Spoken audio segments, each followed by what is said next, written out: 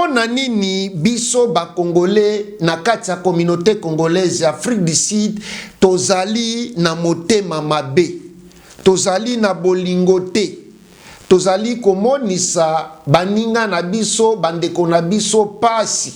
Pourquoi batu bazo parvenir kobenga mutu azali motema mabe? Ezali par rapport à ba action yo ozo sala na kati ya communauté. Ba action nini yo sala na kati ya communauté? Komonisa batu pasi, koibaka batu mbongo, koexcroquer batu, kokoselaka batu makambu, kotongaka batu. Mais pona nini batu bazali ko pervenir ko benga mutu motema malamu? Ezali par rapport à ba action ozali ko poser na kati ya société. Ba action nini ya malamu yo mutozo talanga lelo na Afrique du Sud na communauté na biso osala kapona communauté na yo. Mituna ngape na mituna to mituna na biso to solo la biso na biso ezali bisiko wapi biso ba Congolais ya Afrique du Sud, biso diaspora congolaise ya Afrique du Sud, biso communauté congolaise Afrique du Sud, tozo sangana, tozo kutana pona ko solo la sirba makambo yo etali biso makambo etali mikanda na biso ba réfugié na kati ya mboka oyo bato angunda bato nyoso tu baza na immigration act to refugee act me baza na kati ya communauté congolaise ezali bisika tozali ko discuter ba makambo eza très important ngena biso ya kozala lolenge na biso ko vwana na mboka mopaya est-ce que tozali ko tosa mibeko mboka mopaya lolenge nini ya kotambola na kati ya mboka mopaya nini esengeli kosala pona kotosa mibeko ya mboka ozali po okwea na mbeba te okwea na konflikte na balo ya mboka wana ezali bisiko tozo salola makambo etali bomo na biso pe avenir ya bana na biso.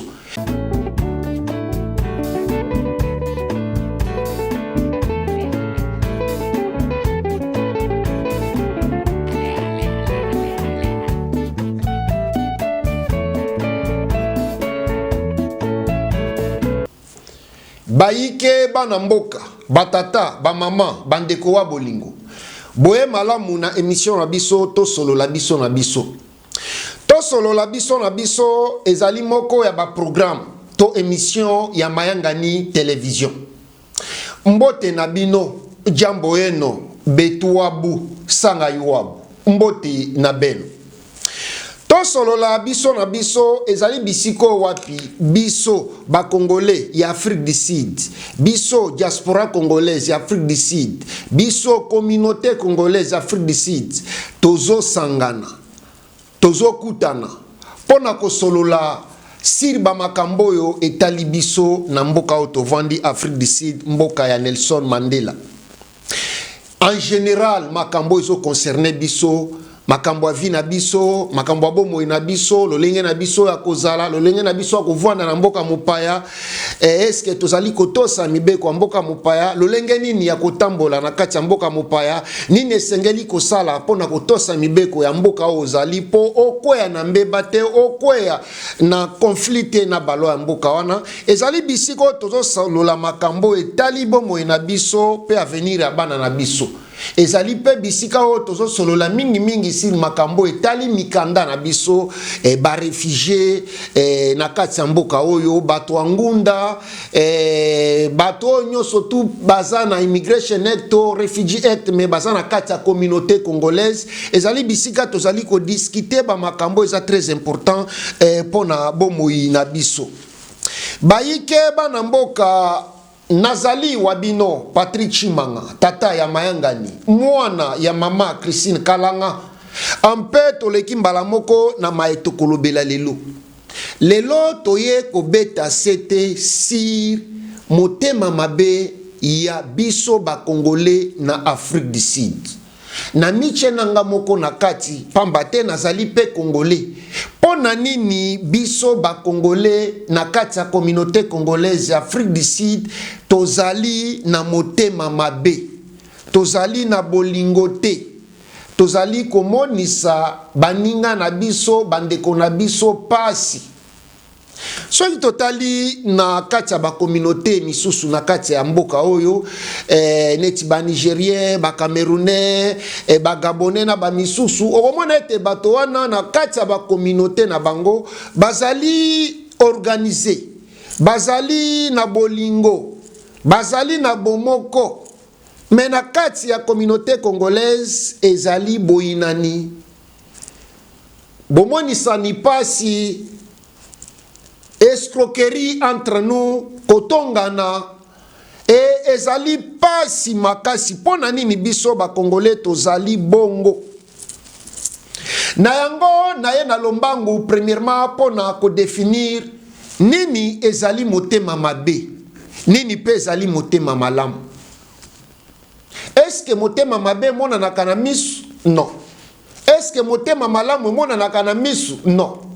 Mais pona nini batu bazali ko pervenir ko benga mutu motema malamu ezali par rapport à ba action ozali ko poser na kati ya société ndenge toza boye tango ko botama ozali bobele mwana mama na bino mais tango bimi na mokili okomi mwana ya mokili okokuta na bisika obotami batu bazali oto ko benga communauté na kati ya communauté esengeli to eba ndenge nini ya kovanda ndenge nini ya ko se comporter et ba action oyo yo ko sala soki ba action wana ezali ko sunga batu ko sepelisa batu e batu bazali ko mipesa mpifu ya koloba ete a mutu songolo mutu pakala azali motema malamu papo na kati ya nzoto na ye komami motema malamu par rapport ya ba action na ye.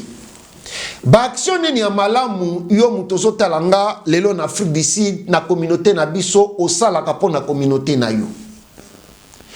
Mituna ngape na mituna to mituna na biso eske ba action nini ya malamu oyo tosalaka na kati ya communauté na biso? Est-ce que batu ba se referaka pe na maloba na yo na baction na yo tango bakutanaka na pasi ou bien tango bazali na kati ya pasi en tant que mutu malamu?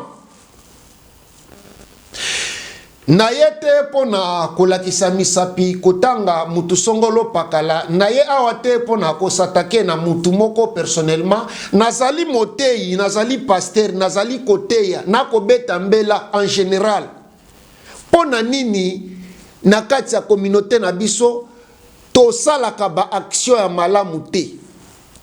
Soko moni congolais asali action ya malamu majorité ezali soit azana profit songolo na sima na yango kasi po salango ka boye ya pamba sans intérêt ezali pasi makasi tokei na motema mabe. Pourquoi batu bazo parvenir ko benga mutu azali motema mabe? Ezali toujours par rapport à ba action ozali ko poser na kati ya société na kati ya communauté. Ezate po tango bimi na tongo lamuki olati elamba na sima elamba bakomino mutu songolo a mutu mabe te. Ezali par rapport à ba action yo ozo sala na kati ya communauté. Ba action nini yo sala na kati ya communauté? Komoni sa batu pasi, ko ibaka batu mbongo, ko escroquer batu, ko koselaka batu makambu, ko tongaka batu. Et soki ba action yo et komi ebele automatiquement batu bako qualifier yo na motema mabe.